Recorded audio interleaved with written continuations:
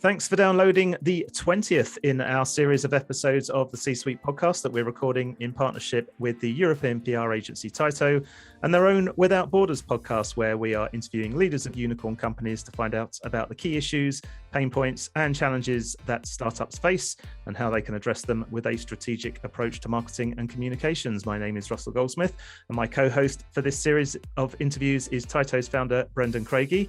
And today we are thrilled to be joined online from Seattle by Kabir Shahani, CEO and co-founder of Amperity.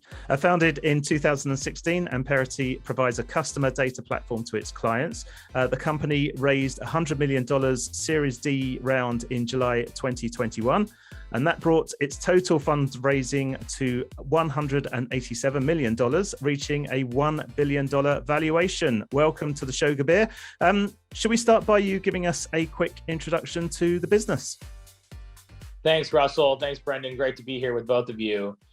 We're in the business of helping consumer brands get a single actionable view of their customer, which I'll admit, and I'm sure we'll get into the origin story of the business. I was quite surprised that in 2016 at the time, with all the advancement in technology, this continued to be a challenge. Our core business is really helping these brands ensure that they can get that single actionable view, all the tooling around that to be able to unleash these incredible ideas that our customers have about how to best serve their customer. And of course, the insights and analytics to be able to understand how they could be the most effective in that engagement. When you started the business with your co-founder, Steric Slager, I think is if that's right. That right? Yeah. What was the decision behind creating Amperity, and also what prompted you to set up the business? Yeah, we were on quite the journey when we decided to jump in. Derek and I were fortunate to work together in building a marketing automation business prior to Amperity. And that gave us a lot of perspective on multi-channel marketing specifically, and how data was being used in all kinds of businesses around the world. And after selling that company and integrating it into our larger business, we took some time off. And of course, the thing that you end up thinking a lot about and wanting to go work on is probably the furthest away from what you've been spending time on. And so we explored all these issues across a variety of different industries that were not related to customer data, and found ourselves coming back to this core challenge, which was particularly in consumer businesses. There was not this single view across all the different data that we knew these brands had about us. And that came to life for Derek and I in our own experiences as consumers with an airline headquartered here in Seattle called Alaska Airlines, an incredible company known for customer service around the United States and travel, and they have routes into Mexico and throughout North America.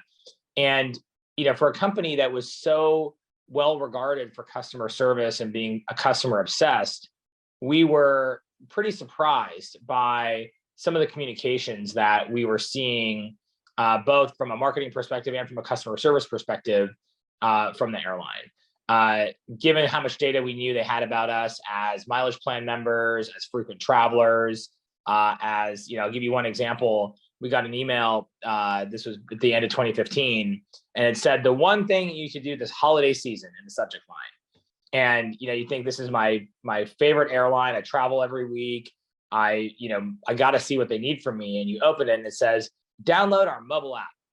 And our reaction was, wait a minute, I have the mobile app. I've used it 400 times. I used it yesterday. Like, how did I possibly not know this? And so we did what I think most brazen entrepreneurs would do, is we went and found the person at Alaska Airlines who actually had responsibility for this. The fun end of the story is that person, her name is Jeannie Jones. She now actually works at Amperity and runs our entire customer community. But at the time, Derek's next door neighbor actually worked in IT at Alaska Airlines. And just as they were taking out the trash, he said, hey, would you mind if we got together for a beer and we just asked you some questions that we have about some of what we're seeing from your different communications, both in marketing and customer service.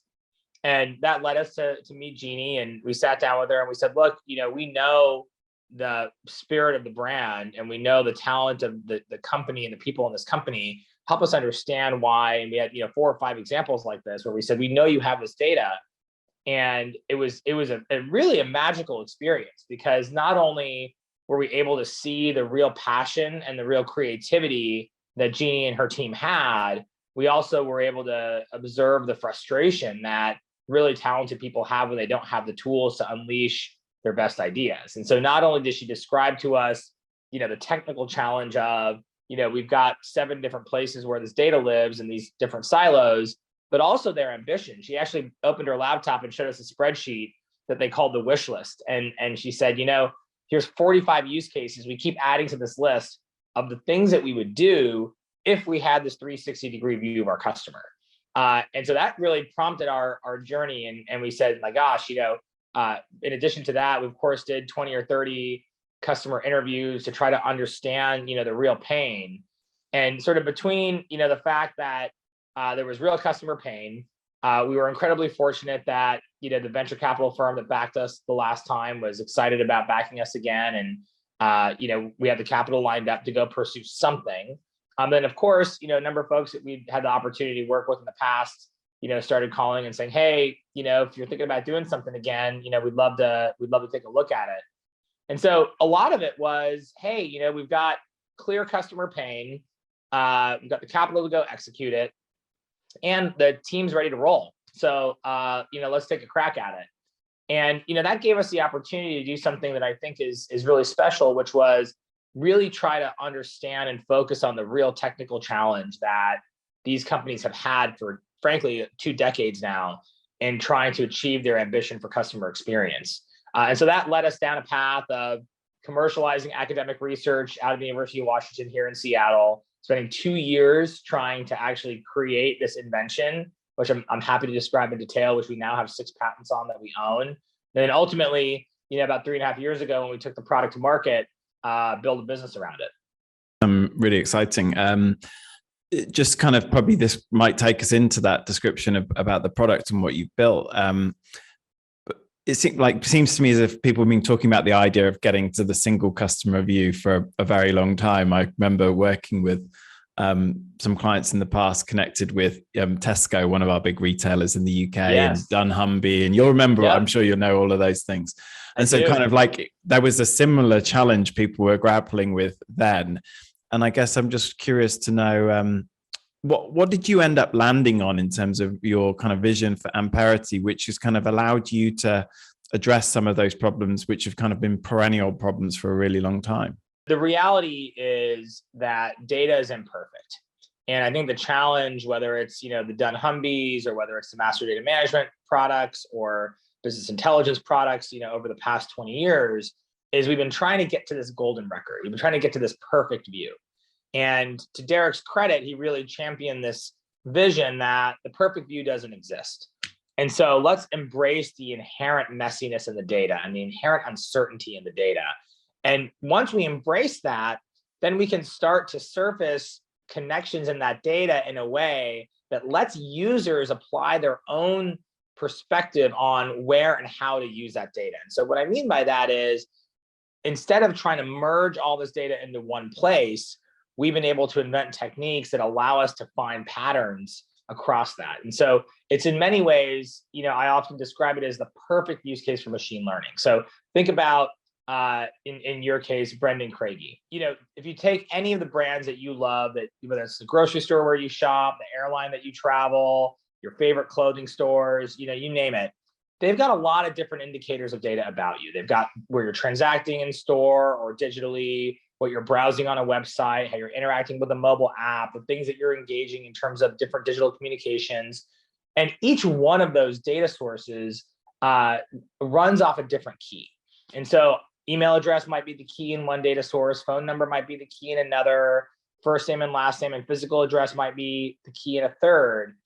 And it turns out that there's a bunch of contextual information. And if you take, for example, we went into, pick your favorite brand, and we went in there and we said, let's just go print out all the data across all the different sources for Brendon Craigie. Russell, you and I could sit here in a matter of maybe 2 or 3 hours. We could sort through all that data and be pretty accurate around who's Brendon Craigie, the one that I'm speaking to right now, versus who's somebody else.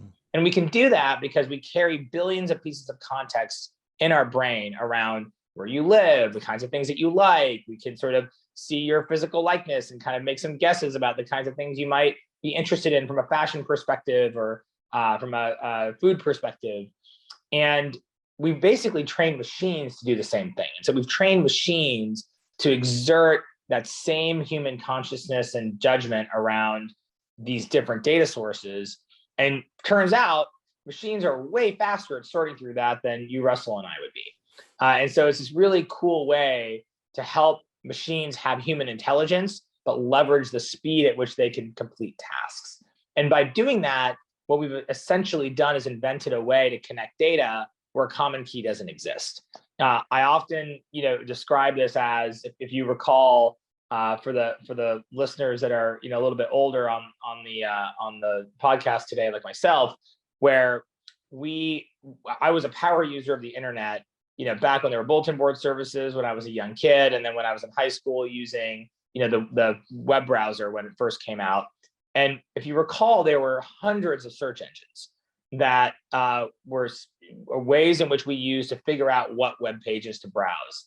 And what was really interesting at that time, on a 28.8 connection or a 56.6 connection, clicking a link took a long time. Like if I clicked a link to, pull up some sports scores, that could be a minute or 2 minutes to load a page that had a lot of images.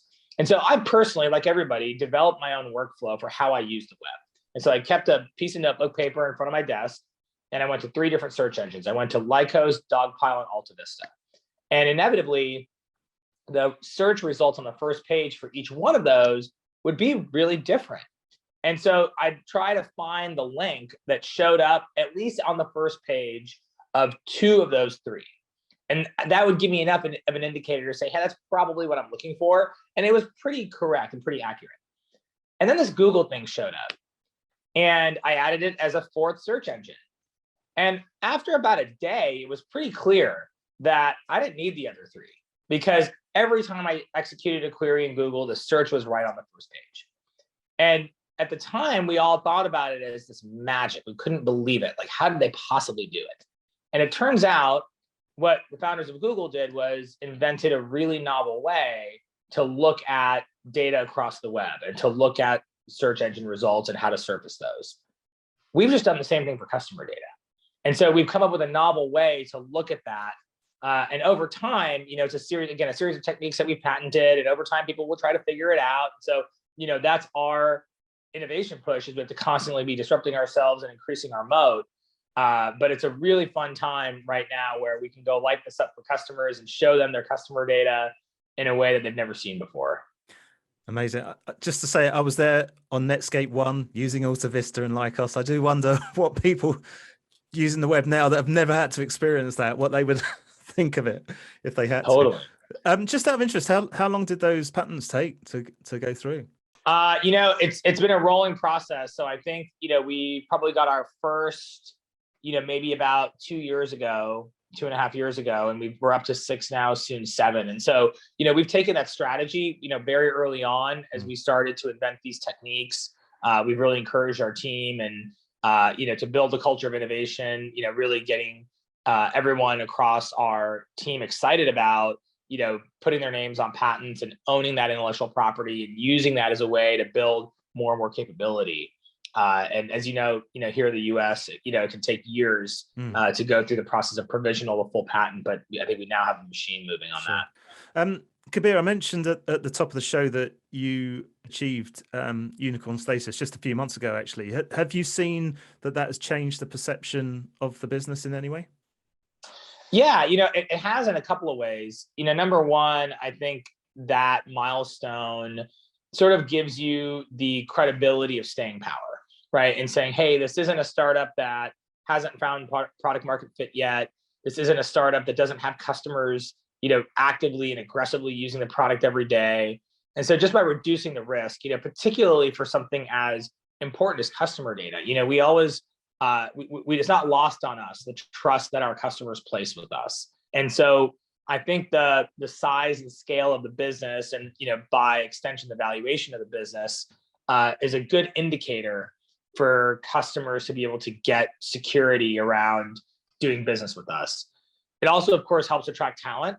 Not everybody has the same risk tolerance. And so certainly there's a big segment of potential team members that we can now recruit because they understand the staying power of the company. And I think third, it also helps us really anchor on who we want to be and the kind of organization we're trying to build, right? I often describe our ambition when we started the company. And I think when you cross that sort of, unicorn milestone, it helps you sort of reinforce that original vision and that original idea. And for us, really, that was, how do you solve a really hard problem that creates value for customers with people you love? And for us, those three things have fueled us and propelled us to be able to create a great organization and a great culture. And I think when you kind of go through this transition, which frankly, we're still in the middle of, we just raised this round a few months ago, and the entrepreneurs listening will certainly, and I'm sure Brendon and Russell, you can relate to this, you're constantly sort of rebuilding the company at every phase. And so when you get to this milestone and you sort of now can see your runway much further than you might have previously, how you think about systems that you're building, how you think about your organizational structure, how you think about the way in which the operational cadence of the business works, all sort of changes. And you've got to go through that process. And so it's been a lot of that for us over the past couple of months. When you kind of like look outside the organization, which I know you're kind of doing constantly, what do you see as kind of like the biggest trend that's kind of driving the space that you're in at the moment? And how do you see your kind of your space evolving over the next couple of years? There's been two things that have been really powerful in the business over the past couple of years, and then of course have really accelerated in the pandemic. The first is the push to digital customer relationships, and the recognition that if you don't have a first-party digital customer relationship with your consumer, then you're going to be obsolete. You'll be obsolete as a brand. And I think there was awareness of that, 3, 4, 5 years ago. I think the most strategic companies were thinking about, hey, I need to really own the first-party relationship with my customer. There's a lot of data about my customer living in places like Facebook or in different ad serving platforms. And I need to find a way to really have all the data about my customers. And of course, in the pandemic, that was accelerated. And every brand woke up and said, if I don't have this right now, I literally, because I can't have my physical locations open, I have to have that digital relationship. So I think that's a big one that we've been really excited about. And really, I want to be clear, for us, we think about digital as really dynamic, because in this new world, we're all engaging with the brands we love in so many different ways. We might buy online and pick up in store. We might go to a store to see the product, but then go buy it online and want it shipped to our house. And that's just one example in sort of the distribution piece. You can use that same example in customer service or in other parts of the business. I think the other one is really around loyalty and the recognition that loyal customers move the needle really meaningful. There's enough data now, and there's been enough of a push around loyalty programming in general, that we know that a loyal customer is worth, on average, 5 to 7 times a non-loyal customer. And so the investments that companies are making to drive loyalty, whether it's creating a loyalty program or what we advocate for and work with our customers to do, is really build the data infrastructure to be able to drive loyalty through understanding customers and customer analytics, and being able to even use that data to drive product development, and then think about how all that comes to life in that customer journey. Driving loyalty moves the needle in a really, really big way. And so I think the recognition of those two things have been factors that we've been really fortunate have helped the business. I really like your point about kind of embracing sort of chaos, because I guess really by having an open mind to embracing chaos, you're kind of opening yourself up to kind of identify and all of the kind of clues around your customer, whereas if you just kind of want to identify your customer within a very narrow box, then you're kind of limiting that potential. But with that in mind, I was just wondering, is that chaos going to continue to kind of grow? You know, like as our customers going to become more and more chaotic, and therefore your technology will be even more important, or do you think things will kind of plateau? Data will always get messier. If you think about the amount of data that we're generating on a daily basis as a society, I mean, it is mind-blowing, the rate and scale at which data is growing and the new ways in which consumers are engaging. And so there's new channels, there's new ways in which consumers want to engage with the brands they love. And that is creating dramatically more data, messier data, harder to wrangle data.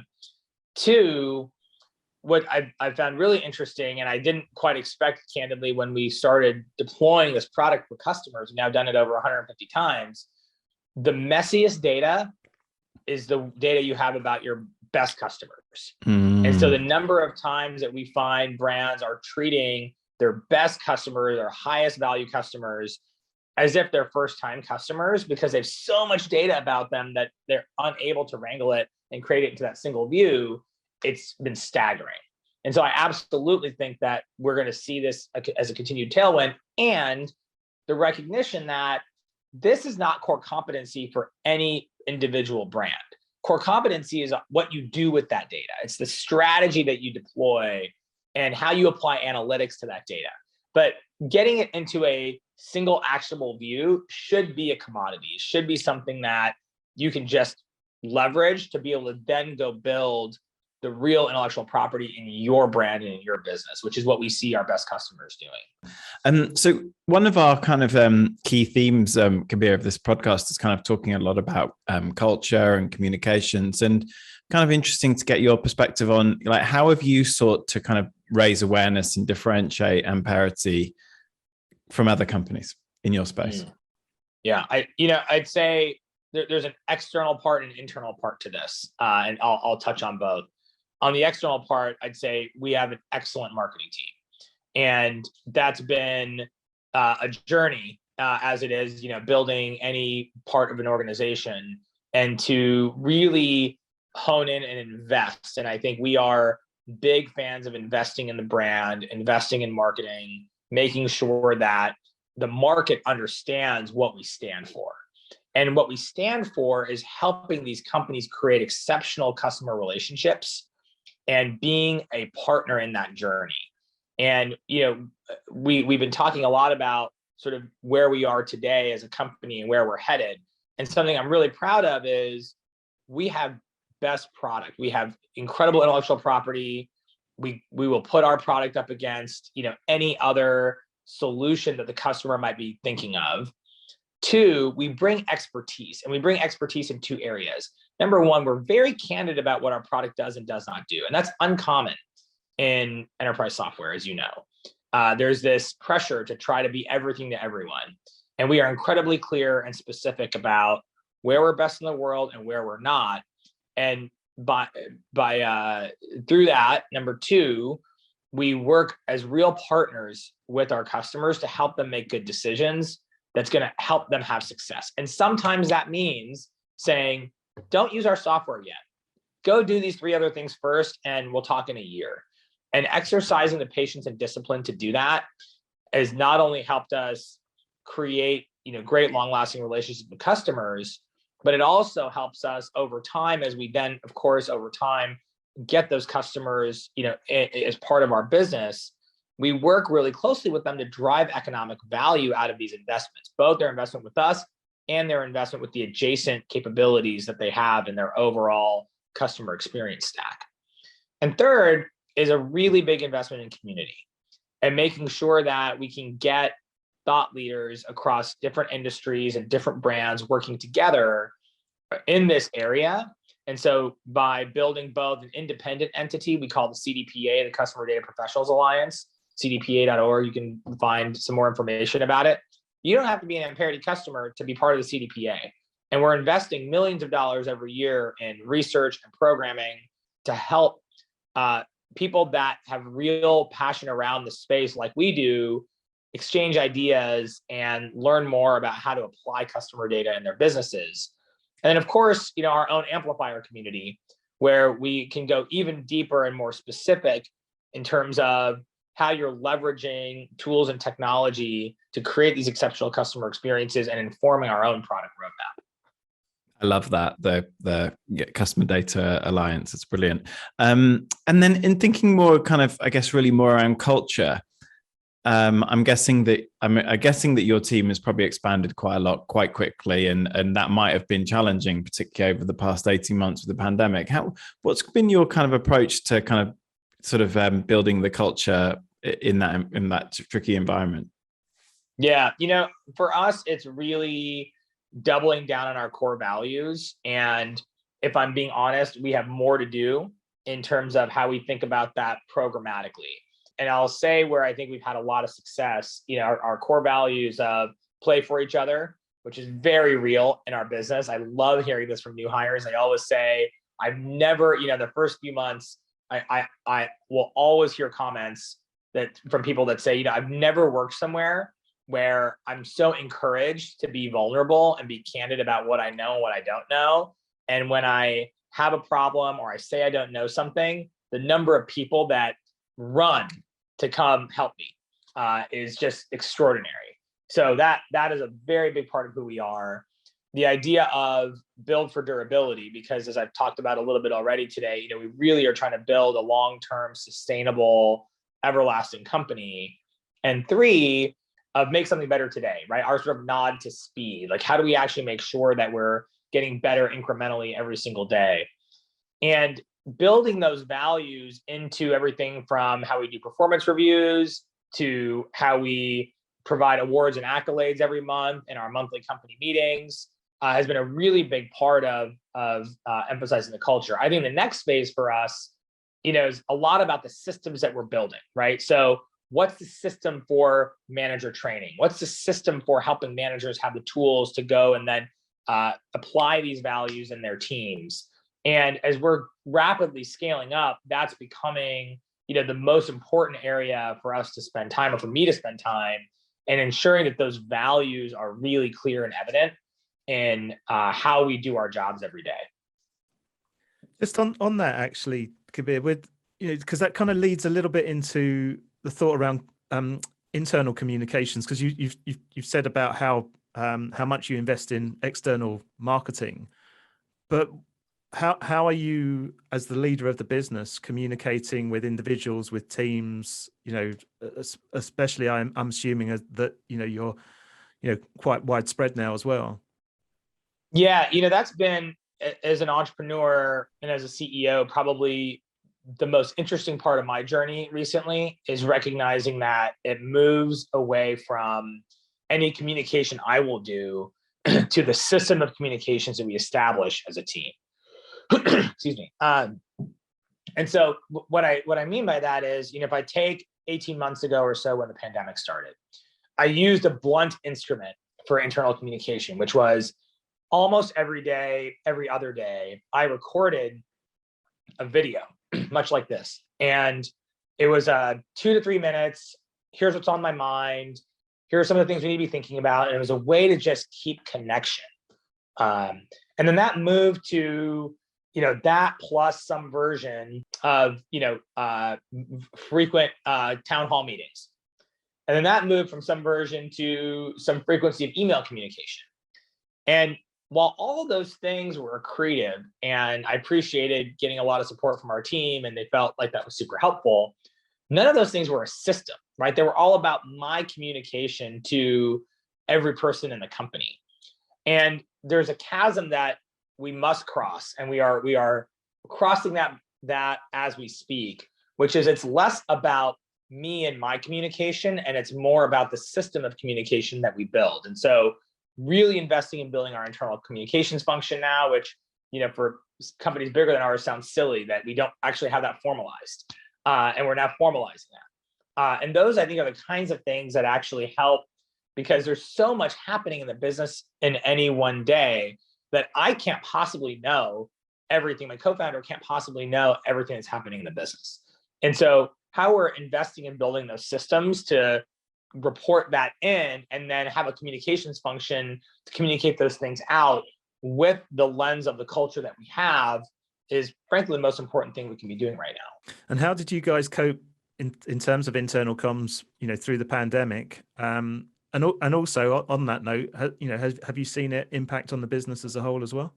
I'd say our approach has been relatively high touch, whether it be videos or email communication or whatever. And as it's gotten safer, we've really been encouraging people to spend time and gather. We do traditionally, we do an annual summer event and an annual holiday event, like many companies.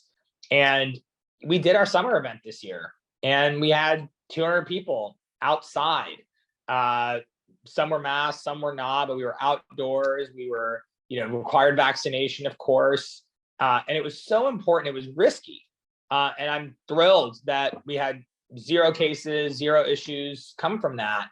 But it was a big risk, but we did it because we've grown so much, as many companies have in the past 18 months. And there's so many people that hadn't even met their colleagues or hadn't even been to headquarters. And I think that experience of realizing, hey, this is a real company with real people that I'm building, totally changes your relationship with your work and with the company. And that's for us, I just can't emphasize how important that is for us as a leadership team, because none of us are here for a job. We're here to build a company. We're here to build something great. And we want everybody that walks through our doors to get the gift of that experience. There's something, as both of you know, very magical about creating something and building something and scaling something and seeing that create value for customers. And I feel bad when people only feel like it's a job and they only feel like they're just there to kind of complete a set of tasks. It's not a fulfilling experience. And part of creating that fulfilling experience is driving that human connection. Yeah, I couldn't agree more. I think you're absolutely right. And I think it is a kind of difficult decision for leaders at the moment to go, but I think it's definitely the right thing to do to try and get your people together when you can. Just going a little bit back in time, you obviously had another business before you created Amperity, and which was Aperture. And you sold that, like you created that, I think in 2007 and then sold it in 2013. Were there any kind of big kind of learnings you took from that experience that then kind of went into your next venture? I don't know how long we have.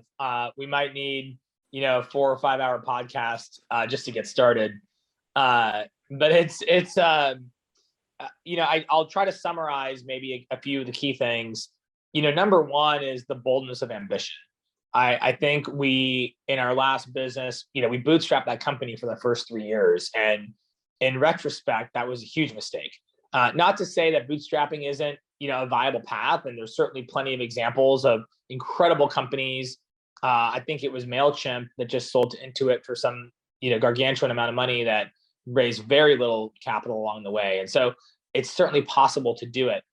But there are types of businesses and categories of businesses where you're well served to capitalize those businesses and think with ambition about the rate and pace at which you can grow. And I think that's one thing we took forward is we said, gosh, had we invested more aggressively sooner, had we pushed our vision to be bigger, we could have scaled that business to be larger and done so even faster. And two is I think the importance of focusing on building a great team. One of the hardest parts in the entrepreneurial journey is going from, being the first or second or third or fourth person on the ground doing all the work to making sure that you're scaling up and getting great people. And I am so grateful and excited about our leadership team because we really, from that experience, and we had a great leadership team at Aperture, certainly.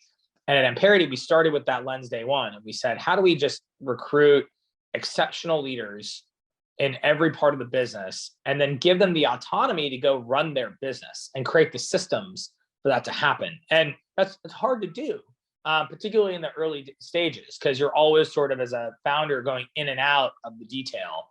And it's not always, pleasant for everybody.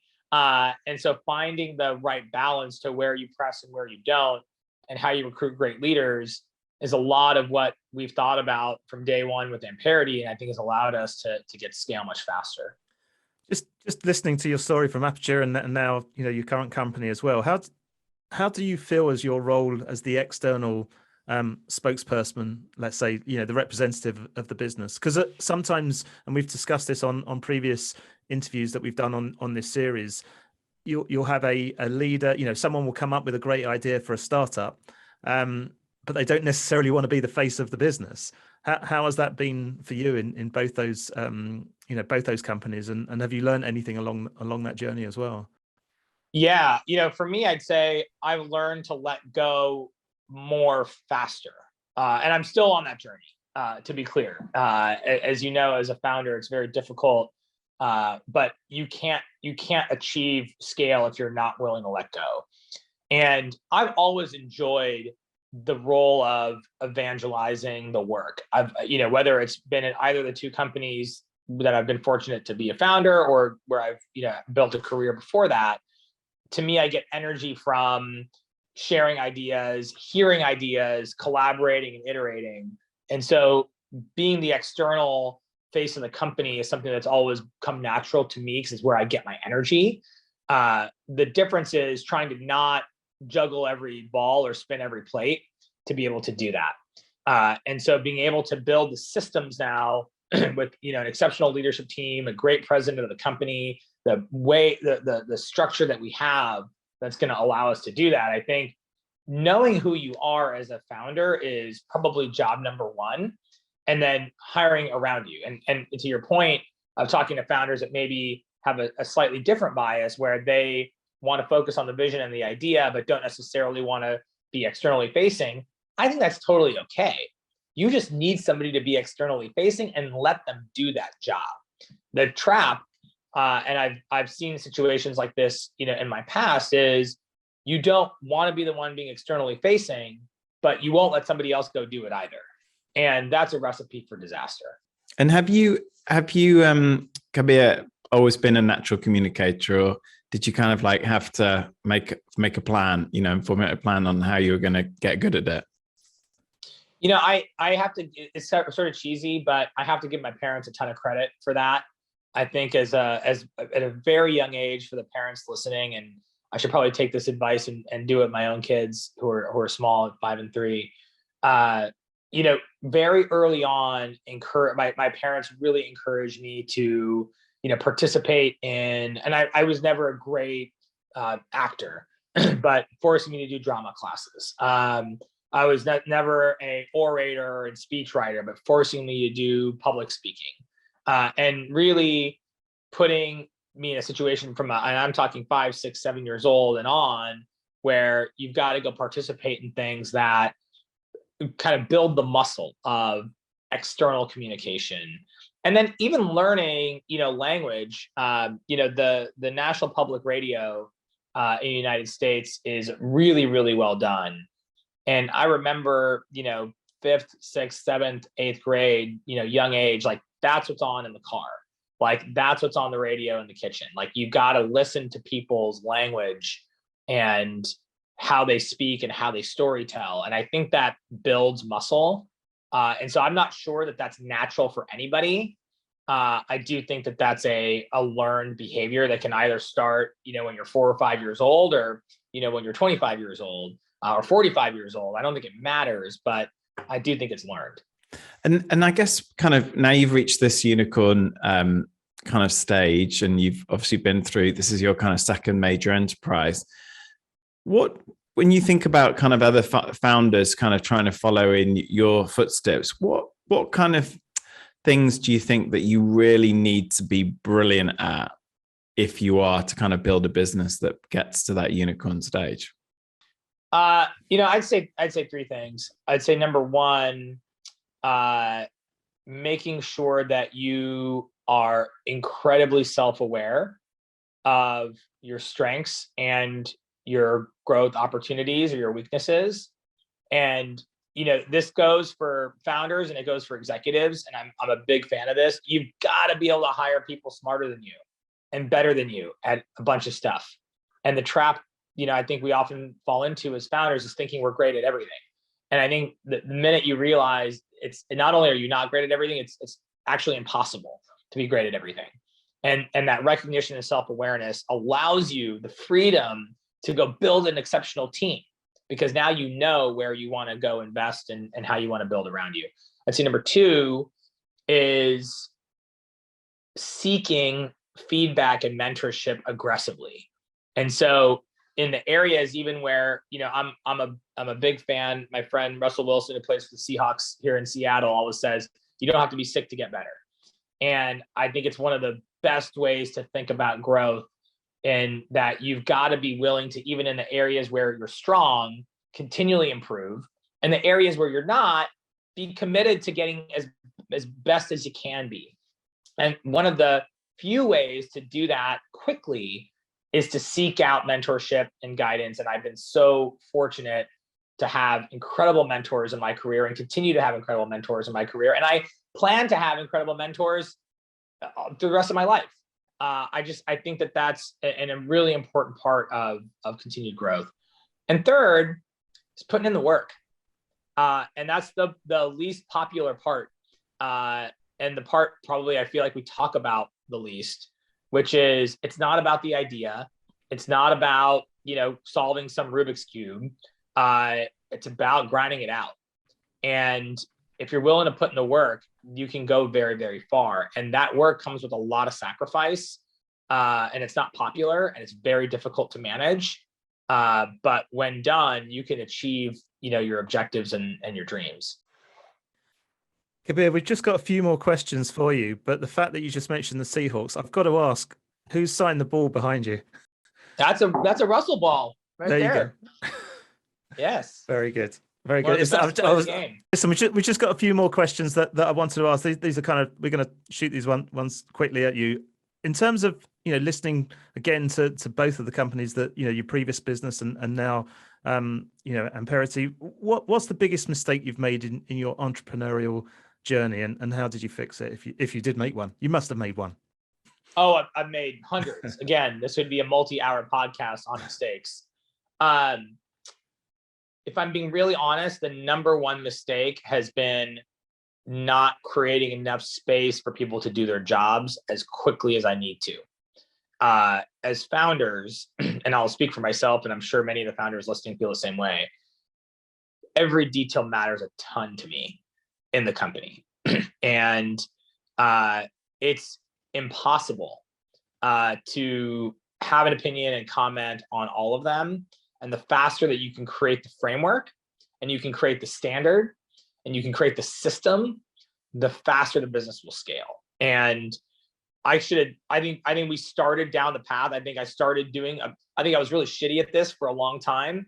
And I think I started doing a slightly better job maybe 2 years ago. And I got a lot faster at doing this when our president, Barry, joined our company and has really pushed me hard in this area. And I still have more to go and more to do.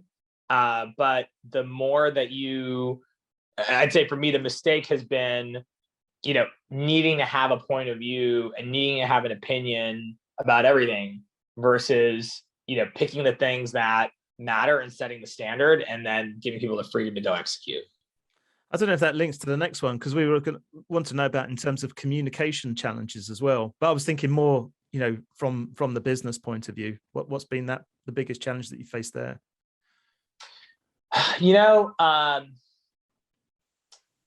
This is probably a boring answer, because I'm sure you hear this a lot from other entrepreneurs, is really hiring at scale. I mean, we've got 75, 80 up in heads right now, something like that, which, for a startup company, you shouldn't be that high. And so I'd say it's been super challenging to think about, repeatability and scalability in that function, and how and again, I think this is an area where over the past handful of months, we're now making dramatic progress in, and I'm very optimistic about where we're headed and what things look like even in the next 90 days. But hiring and recruiting and telling our story and getting people, to come at the pace at which we need has certainly been a challenge, especially recently. That's not a boring answer at all. Actually, in terms of the hiring side of things, one of the things that has come up in recent conversations is the fact that because we've switched to more remote working, people are being hired from all over. Have you seen a difference in that on the business at all? It's certainly helped a little bit. I think our bias is, in a couple of areas. One, it's just a little harder to build a company when you're fully distributed versus operate a company when you're fully distributed. And so if we were at a scale where it was the systems were built, we're just plugging away, I think we would have a different view on how effective we can be in a remote environment. We're still building a ton of ways in which we do our jobs.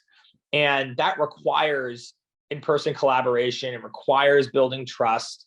And so the model we're starting to think about is how we sort of organize by site.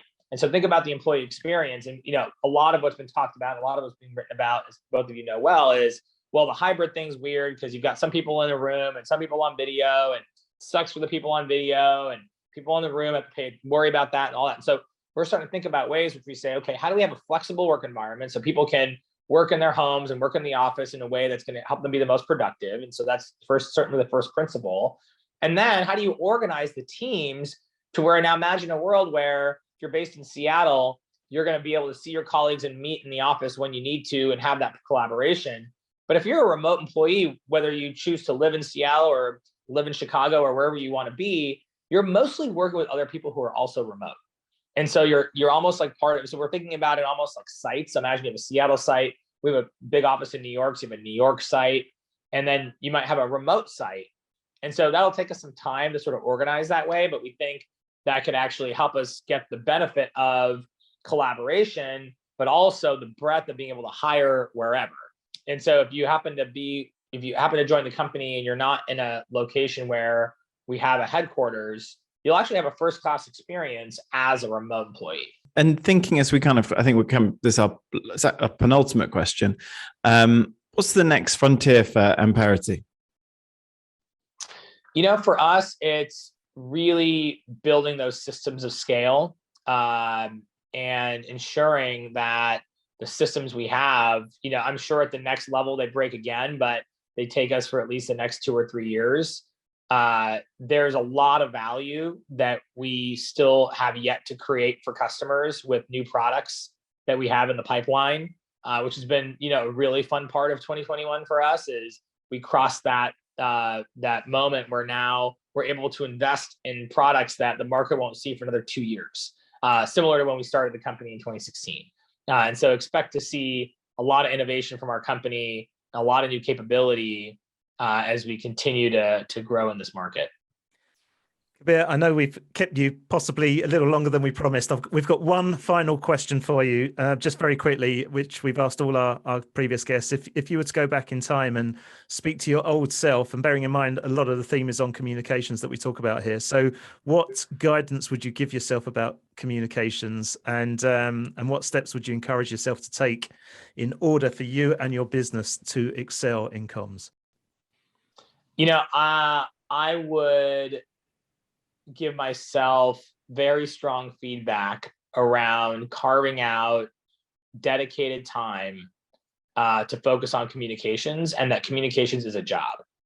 And so it's not something you can do, late at night, in between meetings, on the fly. It has to be a dedicated chunk of your time as a leader that you carve out to be able to focus on communications internally and externally. Tremendous. Kabir Shahani, thank you so much for taking the time to join us online today for this. It's been absolutely brilliant. Great to be with you both. Thank you so much. Thank you.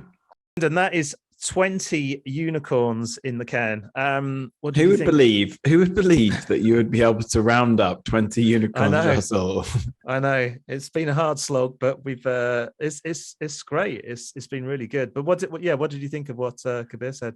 Again, another really kind of inspiring leader to kind of spend 45 minutes or so with. And it's great hearing his story. I mean, so many things you could take away from that, but a couple of things that kind of really resonated with me were his kind of point about, I think he kind of borrowed this from a sports professional, that you don't have to be sick, to focus on trying to get better, which I think it's a very powerful message. And then I think the other one, it was the point about, as a founder looking to kind of really grow your business, it's kind of essential that you create enough space for the team around you to take responsibility and move forward, and not kind of try and have the final word on everything, because otherwise it's really difficult to scale your business. So I think those are two things that, I thought were, really good messages for people.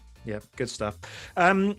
If you want to find out more about Amperity, then their website is simply amperity.com. But that's actually it for this latest episode in the special series we're doing with Tyto.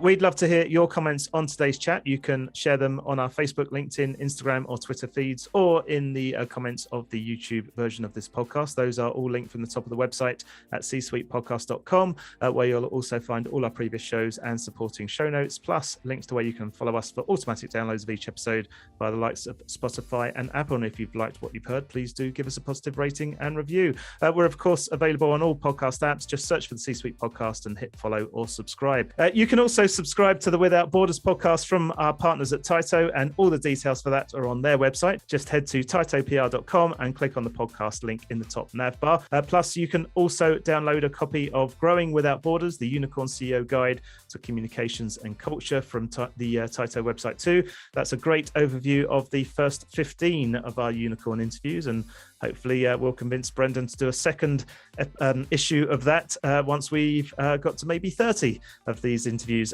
If you are a unicorn leader yourself and you'd like to be part of this series, then please do get in touch via the contact form on the website at csuitepodcast.com. Plus, of course, anyone can get in touch too with any feedback you may have. And finally, you can also reach me via Twitter using @Ross Goldsmith, or you can find me on LinkedIn. But for now, thanks for listening and goodbye.